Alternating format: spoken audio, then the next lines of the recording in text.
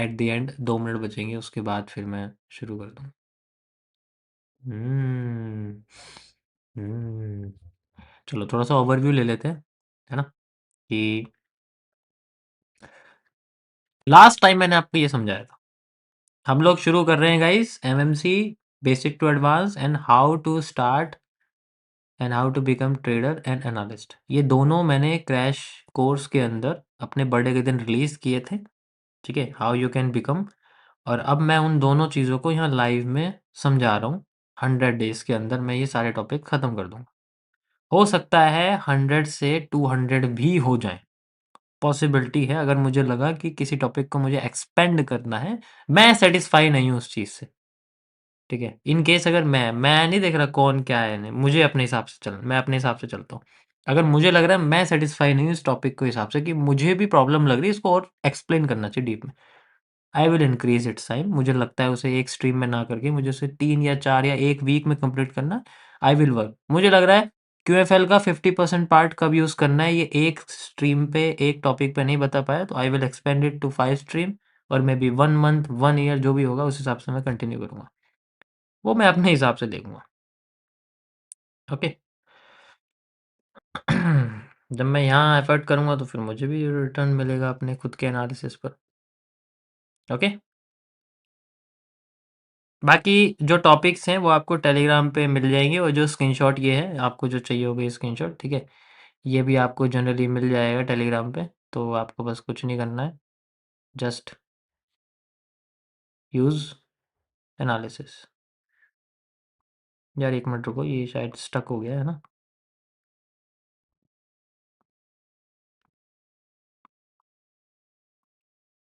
Okay, ये भी stuck हो जाता है, क्या बात है।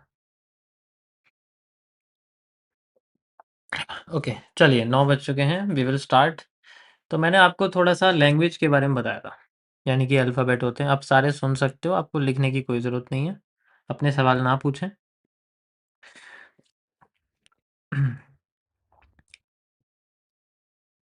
Okay, let me make my hand little warm. ठंड हो गई यार, लिखा नहीं जाएगा फिर मेरे से। ठीक है।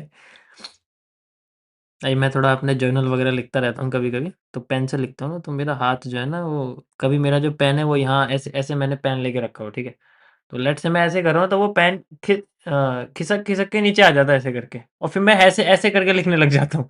वो यहाँ रह आ जाता है ऐसे करके कि मैं पेन ऐसे कर, तो थोड़ी सी होती है प्रॉब्लम। ठीक है।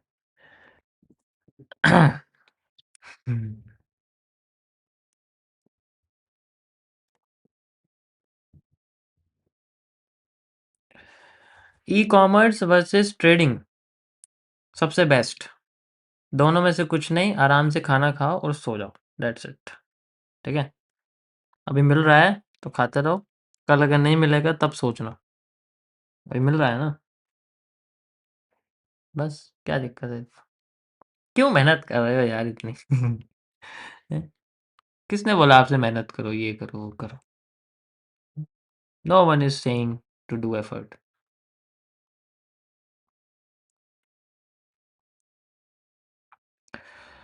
ओके, सो मैं इसी को कंटिन्यू करूंगा, आगे हम लोग बढ़ते हैं। तो पहले मैंने आपको समझाया कि किस तरीके से हमें अल्फ़ाबेट होते हैं, है ना? सेंटेंस होते हैं, बुल ट्रेंड होता है, बियर ट्रेंड होता है, और ये कैंडल्स मिलके सारी की सारी इस तरीके से बनाती हैं पूरे के पूरे मार्केट को, ठीक है? अब जो मार्केट होती है वो कैसी दिखती है, अब थोड़ा-सा उसके बारे में बात करेंगे हम लोग। आज मैं आपको पूरा डीप में समझाऊँगा, हमें क्या दिखता है और हमें क्या असलियत में देखना चाहिए, ठीक है? ओके, सो आज हम देखेंगे कि मार्केट जो है वो किस तरीके से काम करती है। हम कहाँ ट्रेड करते हैं, या फिर हम लोग कहाँ एनालिसिस करते हैं, कहाँ ट्रेड करते हैं, इन सारी चीज़ों में। तो मैं ट्रेडिंग से रिलेटेड चीज़ें तो बाद में बताऊँगा, बट एनालिसिस से रिलेटेड ही शुरू करूँगा पहले। तो पहले ये समझना पड़ेगा आपको कि जिस चीज़ पे हम लोग एनालिसिस करते हैं या जिस चीज़ का डेटा हमें मिलता है, जिनकी चीज़ों को कैंडल दिखाती हैं, ठीक है? उनको हम लोग जनरली एसेट्स बोलते हैं, ठीक है? लेट्स सी द एसेट्स, ठीक है? हम उसे एसिड्स बोलते हैं। अब एसिड्स हमारे कई तरीके के होते हैं, इनके बेसिस पर मार्केट होती है, ठीक है? जैसे आप ये मानो कि आपकी स्टॉक मार्केट है, ठीक है? फिर आपकी लेट्स से सबसे ज़्यादा पॉपुलर आपकी क्रिप्टो मार्केट है, ठीक है? इसी तरीके से मैं आपसे बोलता हूँ यहाँ पर आपकी फॉरेक्स मार्केट है, ठीक है? और फिर आपकी यहाँ पर बॉन्ड मार्केट है। चलो ये तो थोड़ा-सा अलग हो जाता है बॉन्ड का तो टॉपिक, बट मैं इसलिए मैंने बॉन्ड को थोड़ा ना साइड में रखा है। बॉन्ड के बारे में बात करना और फॉरेक्स के बारे में बात करना थोड़ा-सा ग्रे एरिया रहता है, क्योंकि ये करने भी नहीं देंगे। तो स्टॉक का तो चलो, स्टॉक का तो मैं नहीं बात करूँगा, no information about stock, but होता सेम इन्हीं की तरह है। हम सिंपल, ठीक है? हम सिंपल चीज़ों के ऊपर काम करेंगे जैसे crypto. Crypto is the best. मेरे हिसाब से आज की डेट में क्रिप्टो इज़ द बेस्ट। देखो, लॉन्ग टर्म के लिए तो किसी भी मार्केट को छोड़कर स्टॉक पे ही यूज़ कर सकते हैं, लेकिन शॉर्ट टर्म के लिए crypto is the best. Why? क्योंकि आज के समय में कोई 20-25 साल के लिए होल्ड नहीं करता कुछ भी। कोई नहीं करता। कोई नहीं करता भाई, कोई नहीं करेगा। तो we have to just focus on the short term. Short term का मतलब, जब भी मैं शॉर्ट टर्म की बात करता हूँ, इसका मतलब है आप लोग बस, okay, back to screen.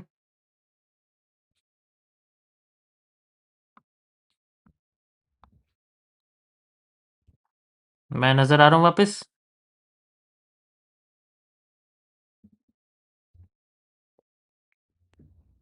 Okay. अरे वो एकदम रिलोड हो गया था इस वजह से।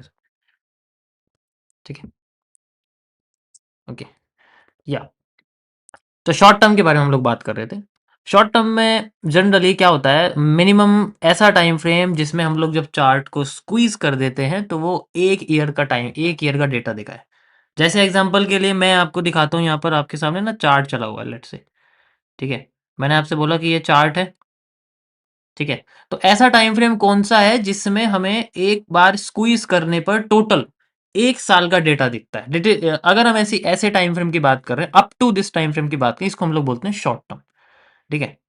इस ये मेरा मानना है, ये मैं अपने हिसाब से बताऊंगा, इसी मेरा मानना है, ठीक है? ओके, ये मेरा मानना है। वॉइस नहीं आ रही है? आ तो रही है वॉइस यार।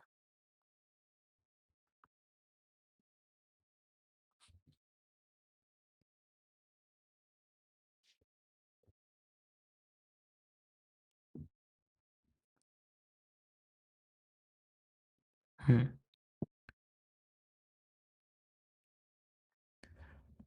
तो अब मुझे बताओ कौन सा टाइम फ्रेम ऐसा होगा जिसमें मैं आपसे बोलूं कि टोटल चार्ट के ऊपर जो दिख रहा है मुझे वो 1 साल का डेटा है, which is known as the 4 hour. 4 hour. आप अगर देखोगे मैं यहाँ से शुरू करता हूँ और यहाँ तक आ जाता हूँ, इट मीन्स मेरे को चार्ट पे इतना इजीली, ये एक लैपटॉप की स्क्रीन के बराबर है। अभी तो मैंने, चलो एक छोटा सा मॉनिटर है मेरे पास, ठीक है? एक सिंगल मॉनिटर है मेरे पास, मैं उस पर अभी देख के आपको बता रहा हूँ। तो मेरे हिसाब से मुझे इतना दिख रहा है, but if you see on the laptop you will see only this, कि आपको यहाँ स्क्वीज करके एक ही स्क्रीन पे अगर आपको डेटा दिखता है which is known as the short term. तो this is the maximum time frame, 4 hour का मतलब मैक्सिमम टाइम फ्रेम। कोई प्रॉब्लम किसी को समझ में आ गया इसमें? तो जब भी शॉर्ट टर्म की हम लोग बात करेंगे, हम बात करेंगे minimum 1 year, sorry maximum 1 year, ठीक है? Maximum 1 year. सो हमारे सामने एक टाइम फ्रेम निकल के आता है 4 आवर। अब ये 4 आवर क्या होता है मैं बताऊंगा आगे, क्योंकि बिगनर बेसिस पे चल रहे हैं, तो हर एक चीज़ में डिटेल में एक्सप्लेन करूंगा कि ये 4 आवर का मतलब क्या है। तो शॉर्ट टर्म का मतलब है जिसमें सिंपल भाषा में जो चार्ट का साइज है, ठीक है, जो चार्ट का साइज है आपका, वो 1 ईयर का डेटा दिखाए मैक्स, जिसे हम लोग 4 आवर बोलते हैं। अब 4 आवर का मतलब क्या हो गया? 4 आवर का मतलब हो गया कि एक कैंडल का जो टाइम है ओपन से क्लोज का उसे 4 आवर कहते हैं। जैसे अभी टाइम शुरू हुआ और अब से 4 घंटे बाद वो कैंडल खत्म हो जाती है, उसे हम लोग 4 आवर कहते हैं। ठीक है? इसी तरीके से कई सारे टाइम फ्रेम होते हैं। तो हमें सबसे बेस्ट टाइम फ्रेम कौन से यूज़ करने हैं? हमें सबसे बेस्ट टाइम यूज़ करने हैं अपने एनवायरनमेंट के हिसाब से, अपने लाइफ़स्टाइल के हिसाब से। मार्केट के हिसाब से नहीं यूज़ करने, क्योंकि मार्केट में हर टाइम फ्रेम पे आपको सेम स्ट्रक्चर दिखेंगे। हो सकता है वो स्ट्रक्चर आज बना है, जो कल बना था। तो ऐसा मत सोचना कि इस टाइम फ्रेम पे बहुत अच्छा दिखता है, इस टाइम पे बहुत अच्छा लगता है, सब टाइम फ्रेम सेम होते हैं। तो इसलिए मैं यहाँ पर आपको टाइम फ्रेम्स के बारे में बताऊँगा, किस तरीके से हम लोग समझ सकते हैं। तो शॉर्ट टर्म के अंदर आज हमारा टॉपिक है टाइम फ्रेम्स। ठीक है? और ये सबसे ज़्यादा परेशान करने वाली चीज़ है, ये बात ध्यान रखना। अगर ये चीज़ इग्नोर कर दी किसी ने, लेट्स से मैं कहता हूँ किसी ने ये चीज़ इग्नोर कर दी, then you will not find out when will market move. Time frames, got it? अब बात करते हैं इसके बारे में। टाइम फ्रेम जनरली आपके कैंडल के ओपनिंग और क्लोजिंग टाइम के बीच का समय होता है। कब कैंडल ओपन होती है, कब कैंडल क्लोज होती है, उसके बीच में एक समय होता है, उसे टाइम फ्रेम कहते हैं। हमारी ह्यूमन की भाषा में उसे एज कहते हैं। कब वो पैदा हुआ और आज उसकी कितनी उम्र है, तो वो टोटल एज होगी। ठीक है? और जब वो निपट जाता है उसकी एज पूरी हो जाएगी, लेट्स से 56, 60, 80, सबकी रैंडम होती है। सेम यहाँ है, लेकिन यहाँ फिक्स है।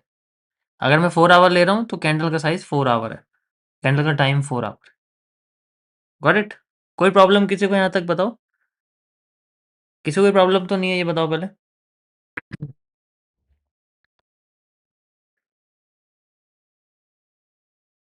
परफेक्ट। थोड़ा सा पानी पी लो यार।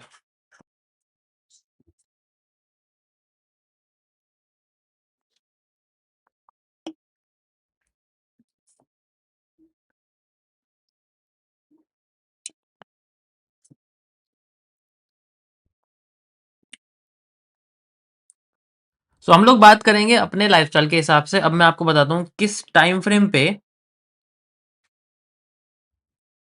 का इस्तेमाल करना चाहिए। तो मैं सिंपलीफाई, बहुत ही बेसिक और बहुत ही लाइफस्टाइल और बहुत ही ज्यादा रिलेटेड चीजों पे बात करूंगा। मतलब जो आपकी लाइफ में होती है, जो मेरी लाइफ में थी, जो मेरी लाइफ में है, वो सारी चीजें मैं रिलेटिव चीजों को ऐड करूंगा। ठीक है? ध्यान से देखना। तो लेट्स से सबसे पहले मेरे सामने आता है, मैं एज ए स्टूडेंट हूँ, मैं एज ए कॉलेज में काम करता हूँ, मतलब कॉलेज में पढ़ता हूँ, लेट्स से। या फिर मैं जॉब करता हूँ ऐसी जिसमें वन डे वाला हिसाब है, मतलब मैं 6-7 घंटे वाली जॉब करता हूँ। या फिर मैं स्कूल जाता हूँ, ये सारी चीज़ें अगर मेरे साथ हैं। ठीक है? तो मेरे पास में सबसे बेस्ट टाइम फ्रेम रहेगा 30 मिनट्स। 30 मिनट्स का टाइम फ्रेम ऐसा होता है जिसका रिजल्ट हमें आता है निकल के मैक्स टू मैक्स 4 आवर में। 4 घंटे के अंदर हमें रिजल्ट निकल के आ जाता है। कभी कभी 4 से 12 घंटे भी लग जाते हैं, पॉसिबिलिटी है, बट ये इसकी रेंज है। तो इसका मतलब आपको पूरा दिन लगना है।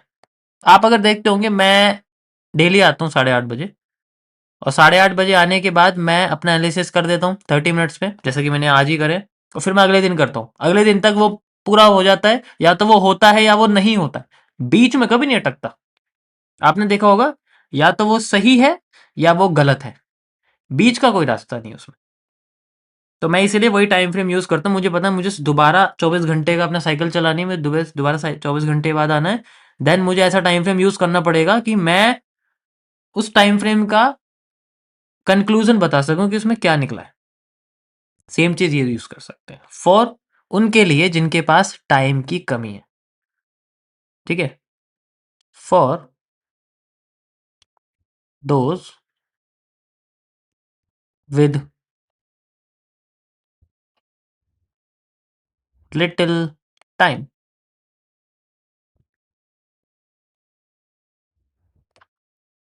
Got it? सिंपल। अब बात करते हैं हम लोग दूसरे टाइम फ्रेम की। अब 30 मिनट्स का मतलब है 30 मिनट्स। सिर्फ यही, ना तो इससे ऊपर ना इससे कम। तो अब इसका मतलब क्या हुआ? इसका मतलब ये है कि मेरे को एक पर्टिकुलर गोल मिल गया कि मेरे को टाइम फ्रेम कौन सा यूज करना है। दिस इज माई गोल। मैं पिछले 1.5 साल से 30 मिनट्स यूज कर रहा हूँ लाइव स्ट्रीम पे स्टार्टिंग में, और मैंने उसको बदला नहीं है। ऐसा ही है, मैंने उसको बदला नहीं है। अगर आप देखोगे, you can easily find out.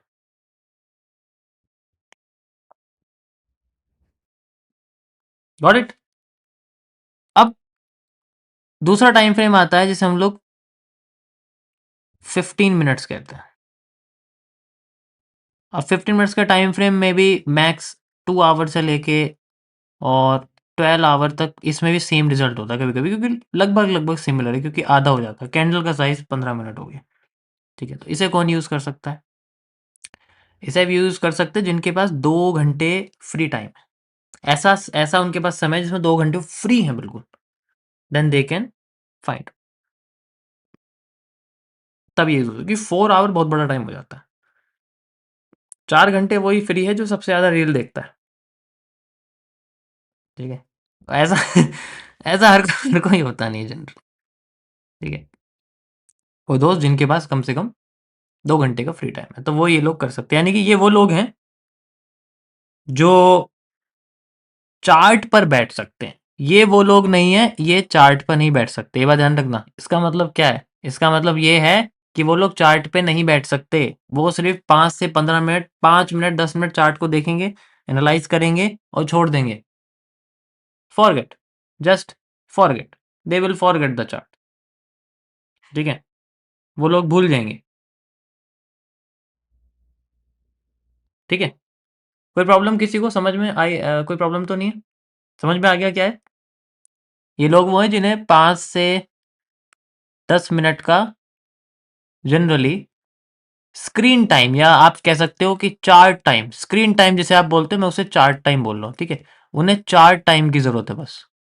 और उसके बाद उन्हें बोल, और रिजल्ट इसमें अच्छा आता है सबसे। जितना आप चार्ट से दूर रहोगे उतना अच्छा रिजल्ट आता है। जितना आप चार्ट के पास रहोगे उतना फोमो होता है। चलो उसके बारे में आगे बात करूंगा।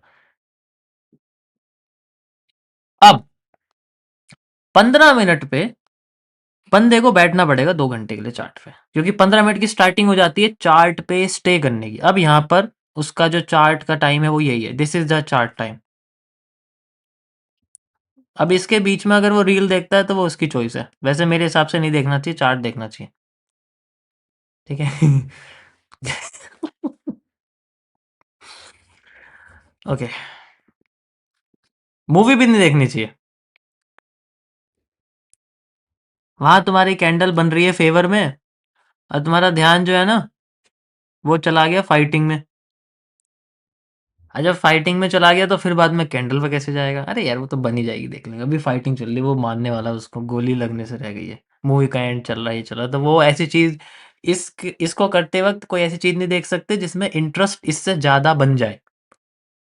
ठीक है, अब वो मैंने चीज बोली है तो वो कुछ भी हो सकती है, वो आपके ऊपर है, आप उस चीज में क्या क्या चीजें डालते हैं और क्या क्या डालते हैं और क्या क्या डालते हैं।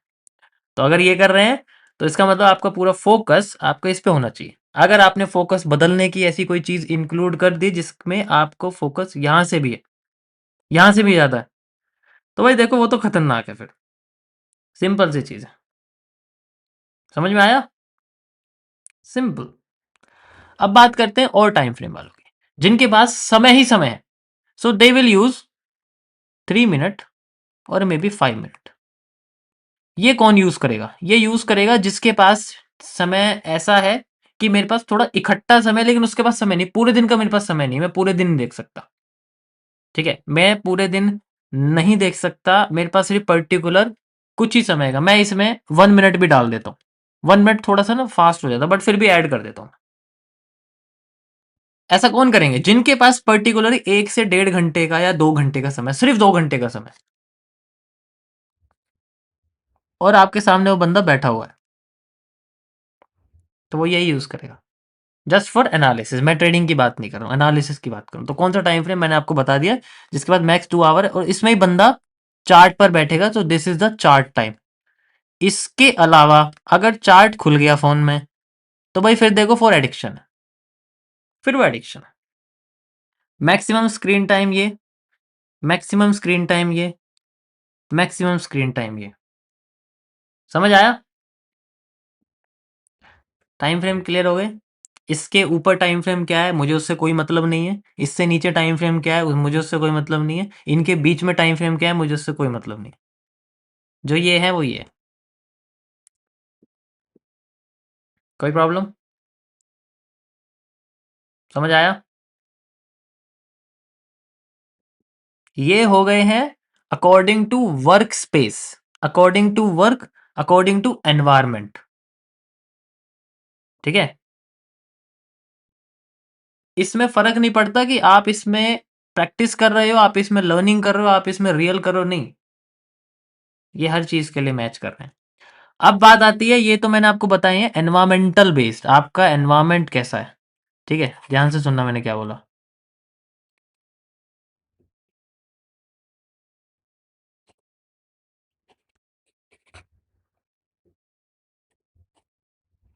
Environmental based. अभी मैंने रिस्क बेस्ड नहीं बताया कि कैपिटल बेस्ड टाइम फ्रेम कौन सा होता है, वो भी होता है। एक बात बताओ, मेरा बैलेंस ही $10 का है, ₹900 का बैलेंस है, तो मैं 30 मिनट का टाइम फ्रेम चल दूंगा गोल्ड में? बताना जरा लॉजिकली, 30 मिनट का टाइम फ्रेम चल दूंगा मैं?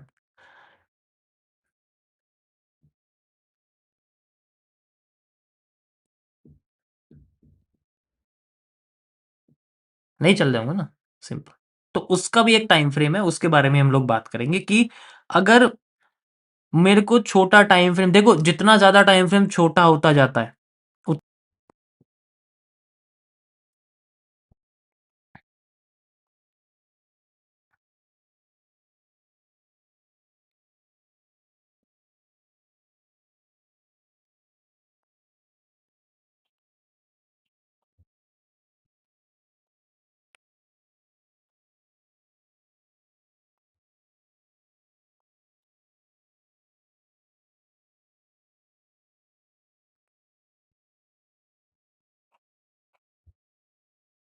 समझ में आ गया? तो टाइम के साथ, सॉरी मैंने एक्सपीरियंस वर्ड लिखा है, सभी को एक्सपीरियंस वर्ड दिख रहा है? हाइड तो नहीं हो रहा? देखो, एक्सपीरियंस के साथ जैसे जैसे एक्सपीरियंस बढ़ता है उसके साथ टाइम फ्रेम बढ़ता जाना चाहिए। ठीक है, आज मैं 1 वीक पे हूँ, 1 डे या 1 वीक पे हूँ। ठीक है, ध्यान से समझना, मैं क्या बहुत बड़ी मैं वैसी बात बोलूँ। आज मैं या 1 वीक या 1 डे पर हूँ,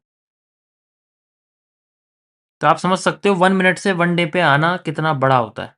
उसके लिए बैलेंस भी चाहिए अच्छा खासा। 1 डे पर बहुत बड़ा बैलेंस चाहिए होता है, क्योंकि 1 डे पे आप कैसे लगाओगे ऐसा सोचो। तो always try to increase the time frame when you have the experience. क्यों? क्योंकि आपको मेहनत कम करनी है। मजदूर थोड़ी हो जो मेहनत करोगे हर दिन, कि हर दिन उठाया वो खोदना शुरू कर दिया, हर दिन खोदना है जी मेरा यही काम है, नहीं। पहले शुरुआत में हर दिन खोदते हैं, ज्यादा खुदाई करते हैं हीरा निकालने के लिए।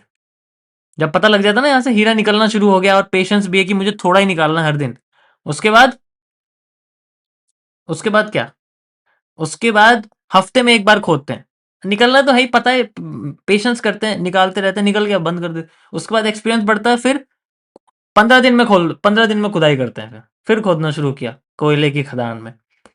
ठीक है, फिर निकल गया, फिर जैसे एक्सपीरियंस बढ़ा, फिर महीने में, फिर 6 महीने में, फिर साल में, इस तरीके से टाइम बढ़ता जाता है। अब मैं क्यों मेहनत करूं डेली में, क्यों यार इतनी मेहनत करूं, क्यों मैं खदान में जाऊं अपनी डेली? खदान का मतलब आप टाइम वो चार्ट समझो अपना, ठीक है, कुछ और मत समझना। तो वहां जा रहे हैं डेली और वहां जाके उतनी मेहनत करें तो फायदा क्या, सोचो ना आप लॉजिकली। टाइम के साथ एफर्ट कम करते हैं, बढ़ाते नहीं है अपना। ठीक है, और फिर टूल्स ऐड करते हैं। जैसे अब मैं अपने हाथों से नहीं कर रहा, अब मैं मशीन ला रहा हूँ, अब मैं बुलडोजर ला रहा हूँ, अब मैं क्रेन ला रहा हूँ, और अब मैं इतना बड़ा हो गया, अब मैं खुद भी नहीं कर रहा, now I have a driver. समझ रहे हो मैं क्या कह रहा हूँ? Now I have a driver and I use it to run my bulldozer. Yes, तो वो टाइम के साथ आता है, पहले दिन से नहीं आता। तो टाइम के साथ आता है। You need how to control, got it? नहीं, मेरा बुलडोज़र बनने की ज़रूरत नहीं है किसी को भी। I have already so many bulldozer drivers. ठीक है, तो ये आपका सिंपल सा टाइम फ्रेम का एक वो हो गया कि कैसे आप चूज़ कर किसी को कोई इसमें प्रॉब्लम है तो बताओ, फिर मैं आगे बढ़ता हूँ। किसी को इसमें प्रॉब्लम तो नहीं है?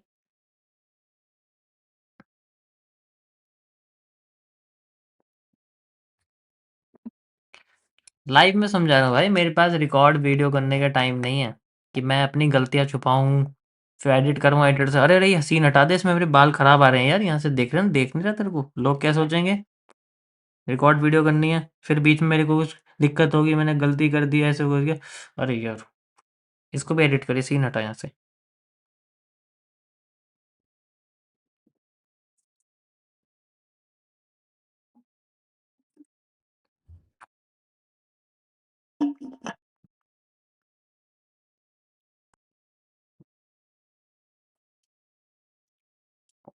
चलो यार, फिर दोबारा रिकॉर्ड करना पड़ेगा। अरे! फिर से मेहनत।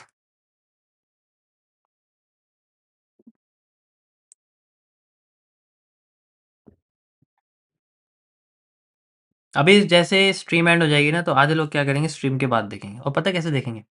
वो मेरी वॉइस को 3x 4x पे कर देंगे, फिर मैं ऐसे ऐसे करके मेरी वॉइस आएगी उसमें। सारा डेटा दिखाता है मैं, कौन लोग कितनी स्पीड में देख रहा है और कौन लोग स्लो में देख रहा है, और वहां मैं खुद दिखता हूँ, मैं इतनी तेज कैसे बोल रहा हूँ, चल रहा है वो तुरंत ऐसे ऐसे। सच सच बताओ, ऐसे कौन देखता है? मैं क्या लगता है मैं इतनी छोटी छोटी चीजों पर ध्यान नहीं देता?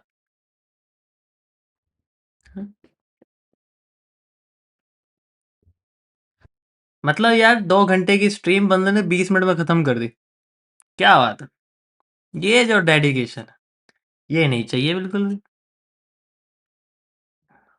फिर जब आप मेरे को रियल में देखोगे ना भाई, प्रॉब्लम होगी। अंदर से पता है क्या होगा? वो पेट में जो है ना, बटरफ्लाई दौड़नी शुरू करेगी। अरे यार जल्दी बोलो आगे, बहुत स्लो है, बहुत स्लो, जल्दी बोलो, बहुत स्लो है, जल्दी बोलो यार, और जल्दी, और फिर चीज़ों को कमी लगेगी। ठीक है? तो ऐसा मत करो, लिव इन रियलिटी, वरना फिर रियलिटी में भी लोगों को देखोगे ना, उनकी बातें सुनोगे। अरे भाई जल्दी बोल, अरे भाई जल्दी बोल, अरे भाई जल्दी।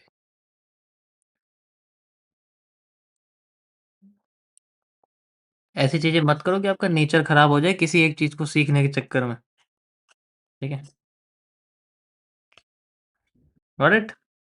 अब मैं टॉपिक के बीच में बातें कर रहा हूँ, कुछ लोग लगा यार ये क्या शुरू कर दिया, फिर से शुरू कर। तो ये वही उन्हीं लोगों की पहचान है, ठीक है, जो ऐसा सोच रहे हैं।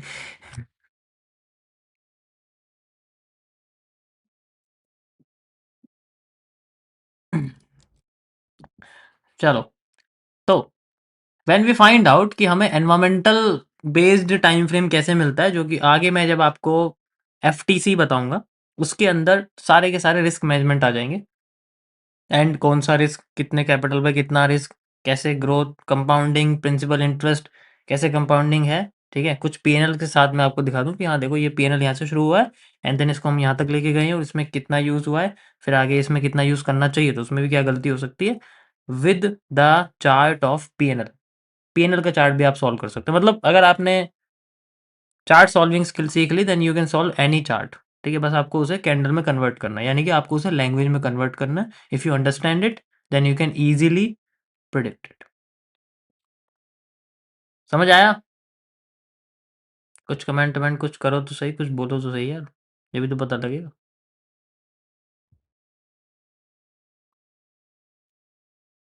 यस,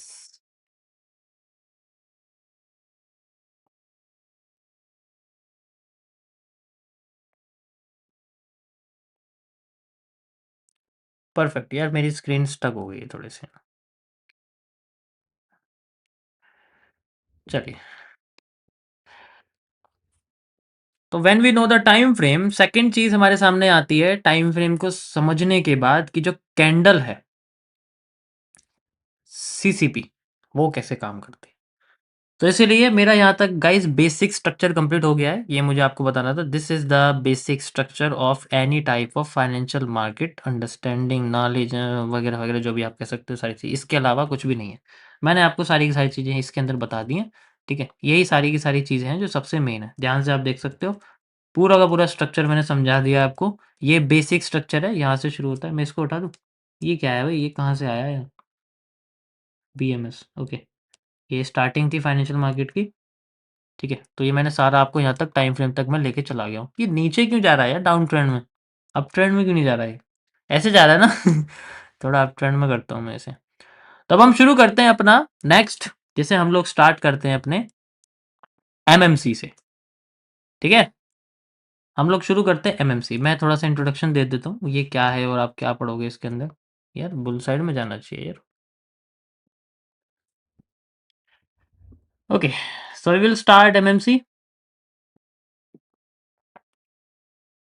थोड़ा बड़ा करते हैं यार, ऐसी थोड़ी नाम है। तो we will start the mirroring.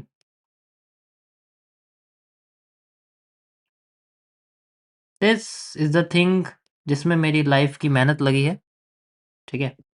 इसमें 78% चीज़ें रिक्रिएटेड हैं, एंड बाकी का जितना बचा हुआ है ना 22%, वो मैंने खुद से क्रिएट करा हुआ है, जिसमें कुछ कैंडल्स के नेम, लाइन्स एंड बहुत सारी चीज़ें आती हैं, ठीक है। वही आता है।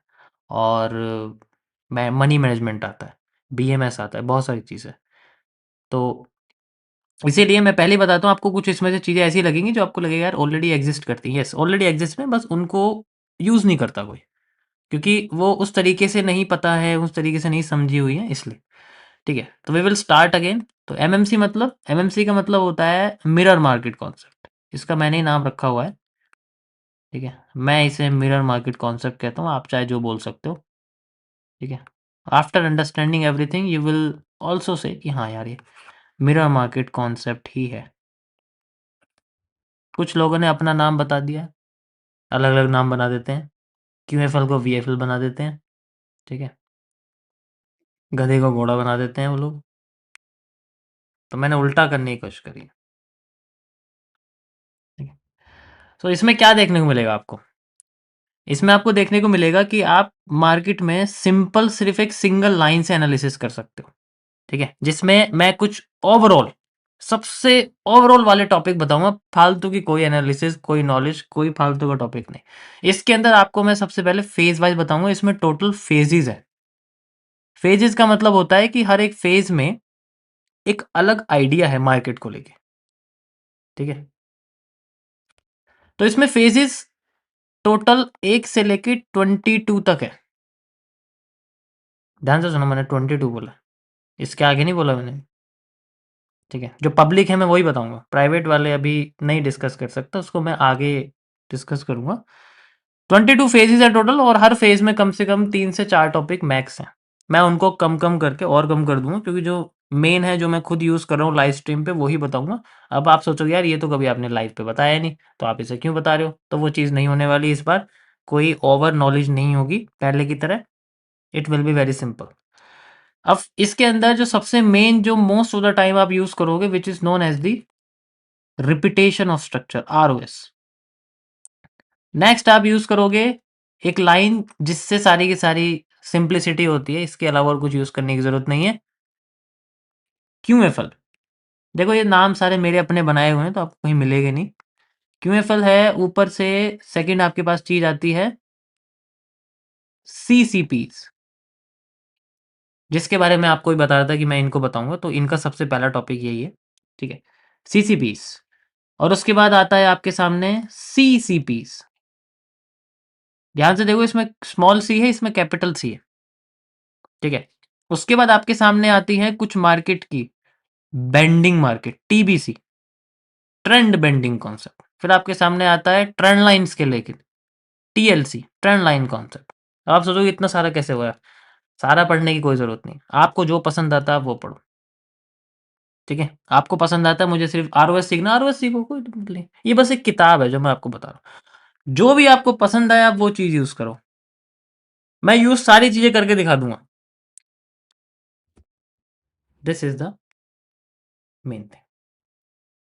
बाकी की बची हुई चीजें आपके इसके अंदर है। ये मेन है जो आपको मेरे हिसाब से आनी चाहिए, ठीक है। ये क्यूएफएल आरओएस के अंदर ही आप इसमें क्यू भी लिख सकते हो, कई सारी चीजें, वो मैं आपको आगे बताऊंगा कि क्या है क्या नहीं है। सब कुछ इसके अंदर आपको मिल जाएगा। सिंपल हो गया। पहले से भी ज़्यादा? सिंपल हो गया?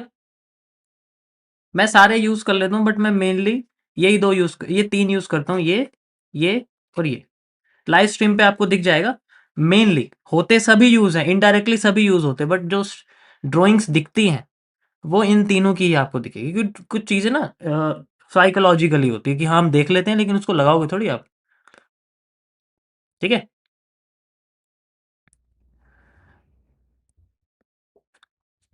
कोई प्रॉब्लम तो नहीं है किसी को?